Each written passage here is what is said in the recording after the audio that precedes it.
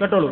ബദറൊളിയാൽ ലംഘുന്നേ പരിമളം വീശിടുന്നേ ബഹുമമികും ശൈഖോരെ കുത്തുബൊലിയോരെ സീയം കരുണ തരും യാ ശൈഖുൽ അഅ്ളമ പീരേ വഴിയറിയാതെന്നും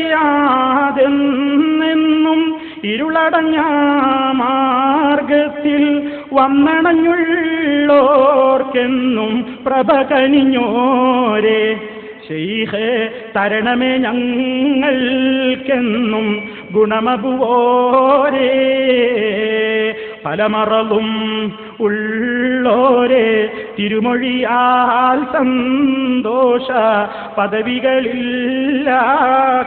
കൊണ്ടയച്ചൊരു നൂറേ എന്റെ മറവുകളെല്ലാം നീക്കി ശിഫ തരുവീരേ.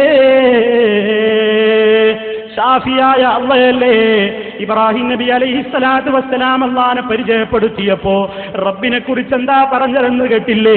വഇദാ മരിദതു ഫഹുവ യശ്ഫീൻ, ഞാൻ രോഗിയായാൽ എനിക്ക് ശിഫ നൽകുന്നവൻ എന്റെ റബ്ബ് മാത്രമാണ്.